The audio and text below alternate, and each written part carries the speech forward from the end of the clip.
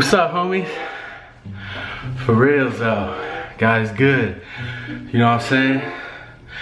Shout out to everybody all over the world doing their thing and stuff like that. You know what I'm saying? I'm sitting here training, no days off, you know what I mean? Not like my boy Bert.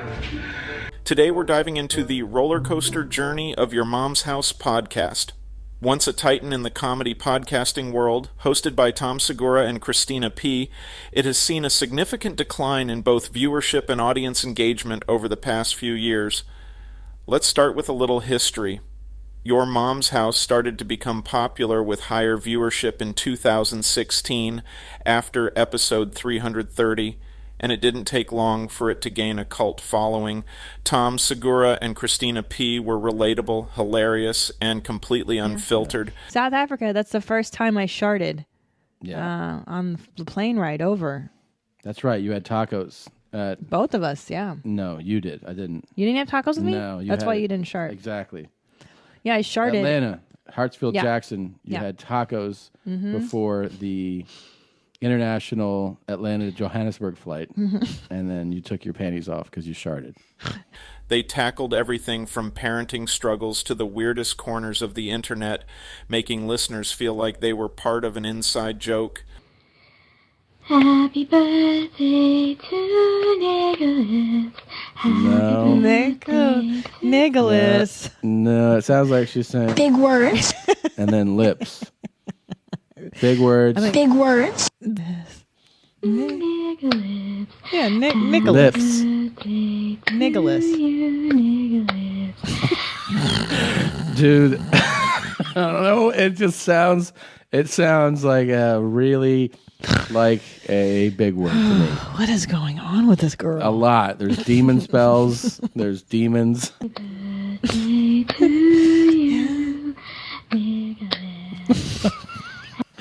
Okay. All right. I like when people sing like that. Happy birthday. Hey, Hitler.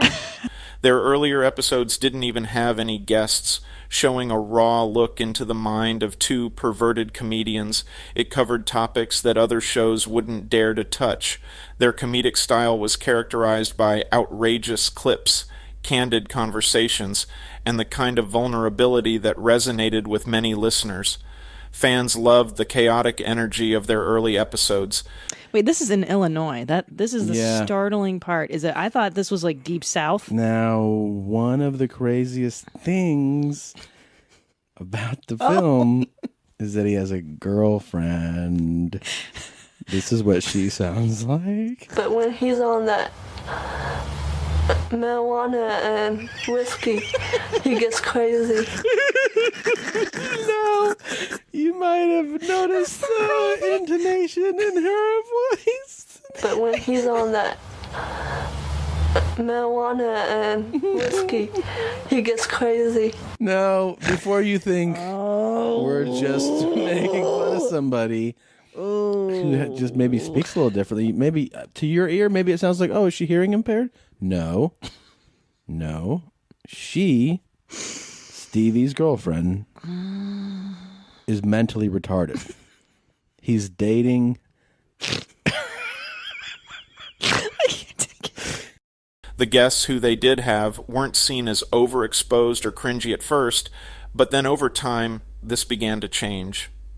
Through 2017 to 2018, we began seeing the familiar faces we know today, like Joey Diaz, Chris D'Elia, Bert Kreischer, Andrew Santino, Joe Rogan, and Ari Schaffer. At the time these guests were welcomed, despite how they're viewed today, this can be seen as the heyday for the show. It's weird. Can I ask you, would you ever date your mom? Definitely not. First of all, she's older than me. Yeah. Second of all, she's my mom. Well, Why? I'm your mom and you're my son, and I am falling in love with him. He said, are you really? I said, yes, I am. He said, you know what? I was scared to let you know, too. I am, too. We're both consenting adults. If it comes down to it, it's just like the gays. They're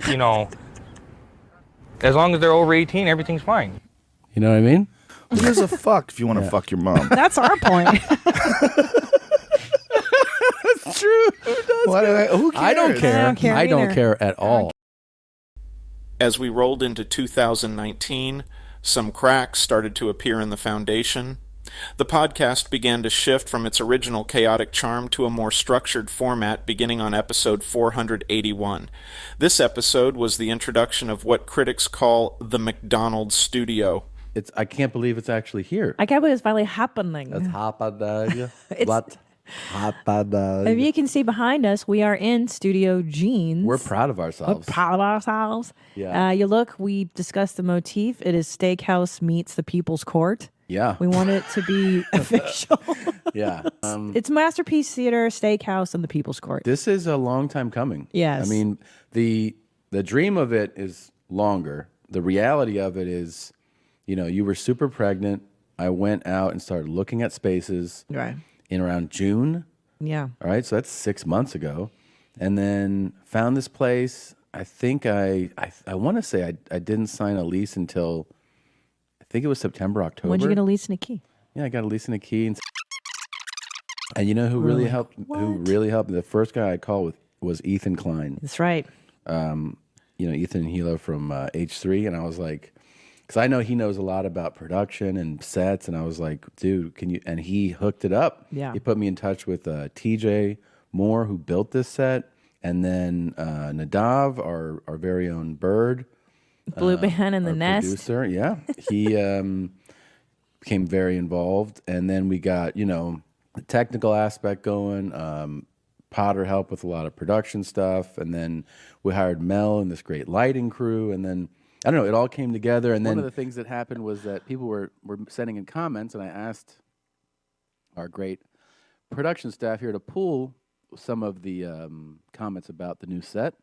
Great. I'd love to hear. Would you like to hear I it? feel good because it just reinforces that we've made good decisions Yeah. and that the audience is on our side.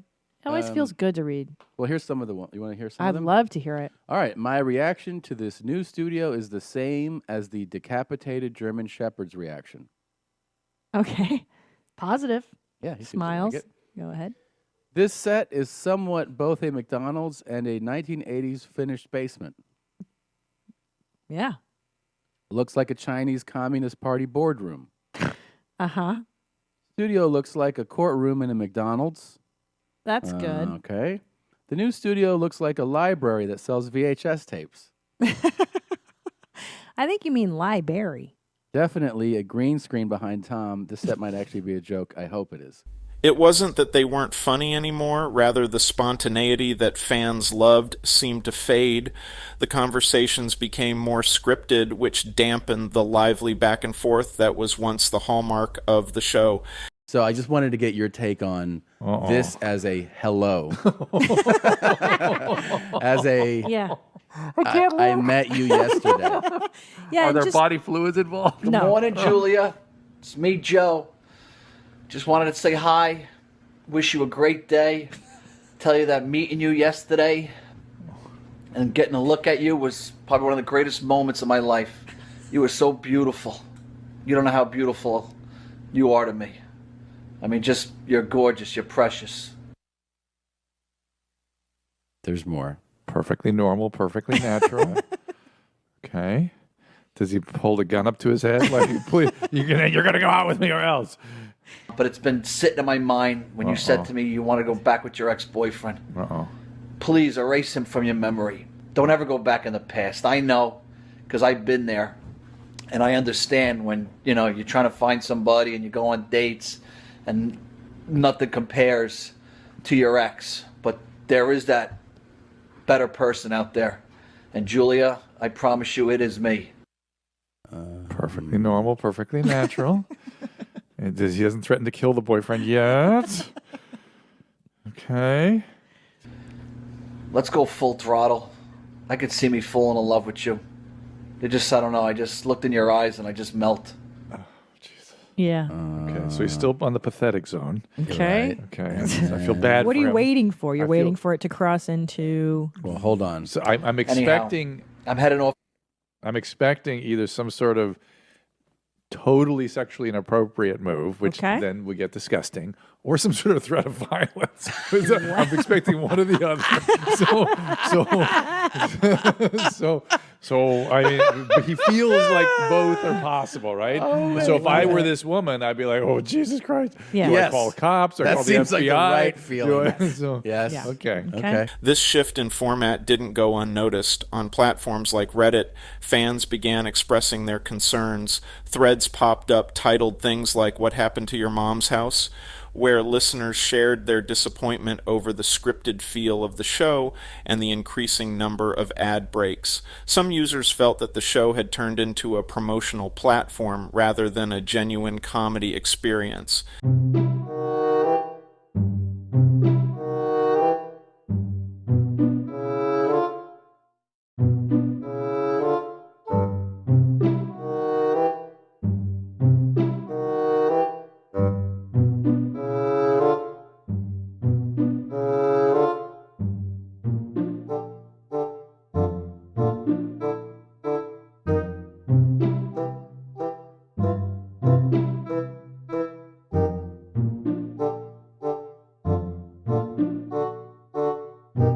Two Bears, One Cave had its first episode, and the focus turned to Tom and Bert instead of Tom and Christina. The Kool-Aid.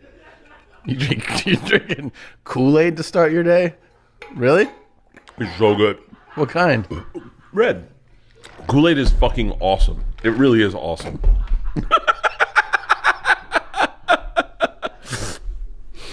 It's so good. Take a little, pour a little something for yourself. It's watered down. It's not too bad. You really drinking Ice Kool-Aid? cold. It's ice cold. Yeah. You are drinking Kool-Aid. Yeah. It's awesome. You're drinking a fucking 64 ounce.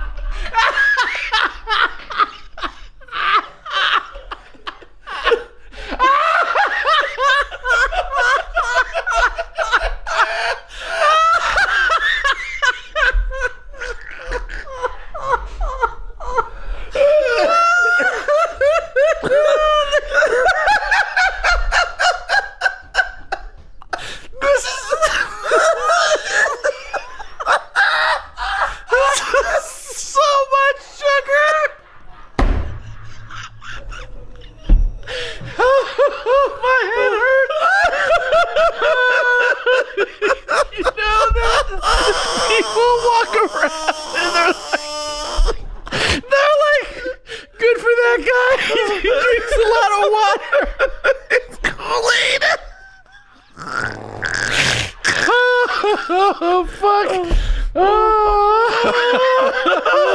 Oh, shit. That's so much good. Fast forward to 2021 onward. While the podcast continued to churn out content, many listeners noticed that the vibe had already changed. The organic feel of the conversations was getting overshadowed by sponsorship segments and promotional content. This shift might have made sense from a business perspective, but fans began to voice their frustrations. In fact, some episodes even became notorious for their lengthy ad breaks. One user pointed out on Reddit, "I feel like I'm listening to an infomercial instead of a comedy podcast." And UPS rates up to 86% off.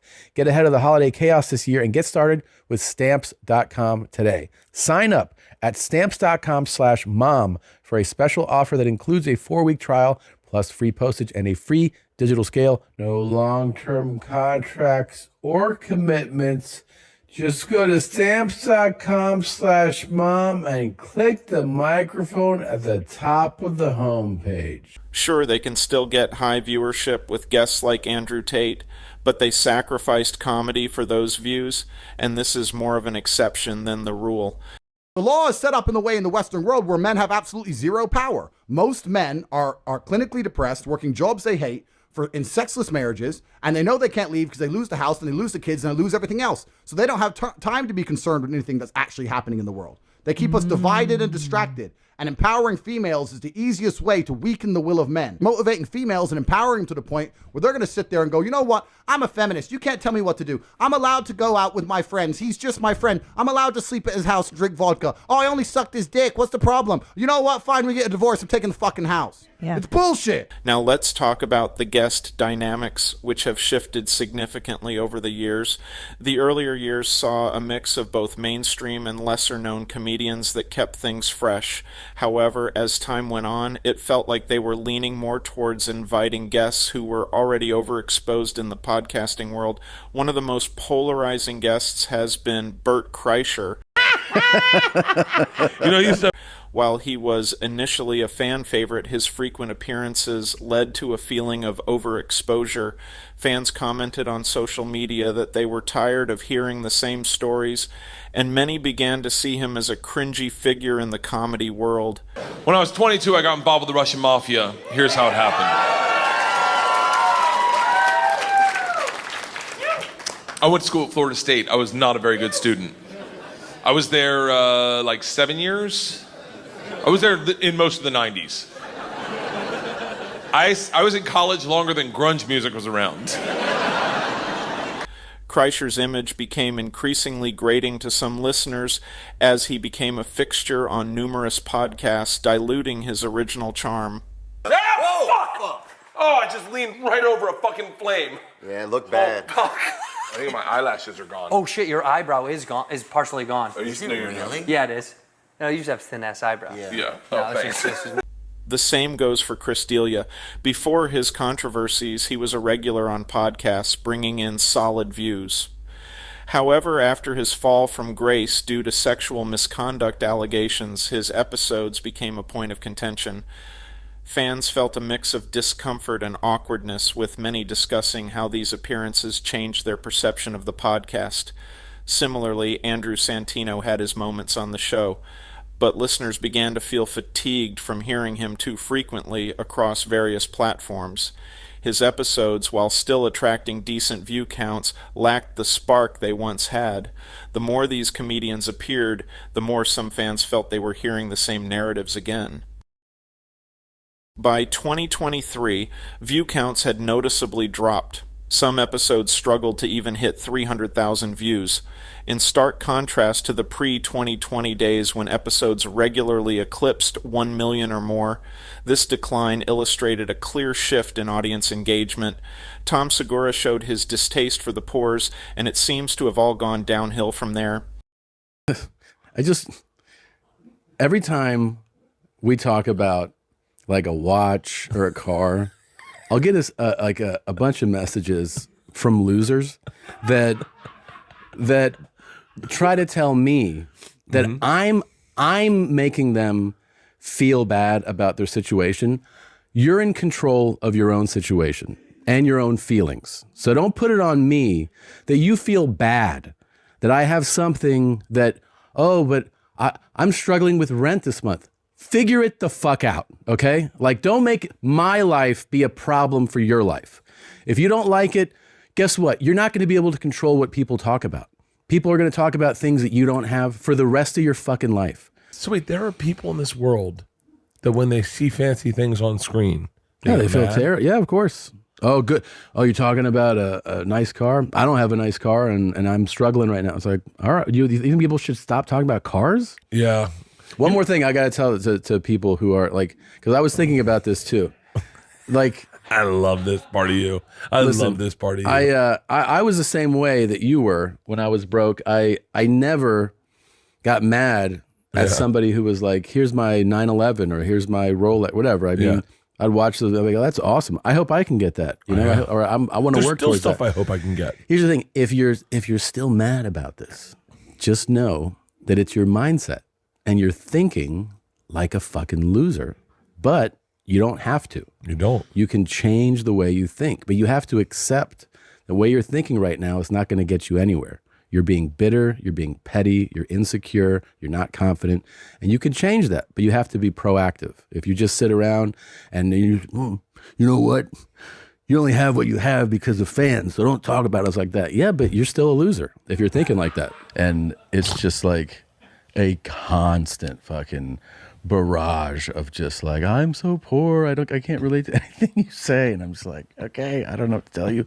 I donate to charities. So I've received a remarkable number of messages over the last few days from just countless poor people about the use of a washcloth in the shower. And, it's kind of well known. It's what poors do.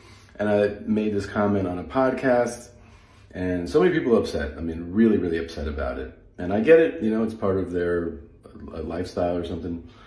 So I'm in a hotel.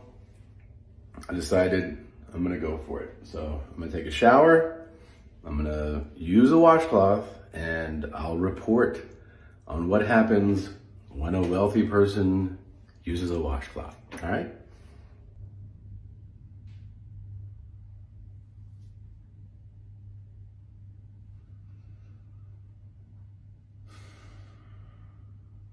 Some shows on the YMH Studios channel, such as The Danny Brown Show or Behind the Jeans with Josh Potter, struggle to reach even 11,000 views in 2024, leaving fans to question if they still had the same magic they once did. In addition to declining viewership, there was also a notable change in audience sentiment. Social media became a hotbed for criticism, with fans expressing disappointment over the podcast's direction. Many longtime listeners took to Reddit, voicing that they felt alienated by the new format and the increasingly predictable guest choices. The organic, chaotic feel of the show seemed to be overshadowed by a desire for more polished content. One Reddit user summed it up well: I miss the days when it felt like I was listening in on a conversation rather than a produced show. So what does the future hold for Your Mom's House podcast? With declining viewership and a growing sense of dissatisfaction among fans, the road ahead looks uncertain. They have a solid fan base, but the challenge remains. Can Tom and Christina reclaim the authenticity that made their podcast a standout in the first place? In the ever-evolving landscape of podcasting, the key is adaptation without losing the essence of what made them popular. Fans are hoping for a return to the free-flowing, unfiltered discussions that originally drew them in. Thanks for tuning in today. If you enjoyed this deep dive into Your Mom's House podcast, don't forget to like, subscribe, and share your thoughts in the comments below. What do you think about the current state of Your Mom's House? Can they make a comeback? Just kidding. I know they can't.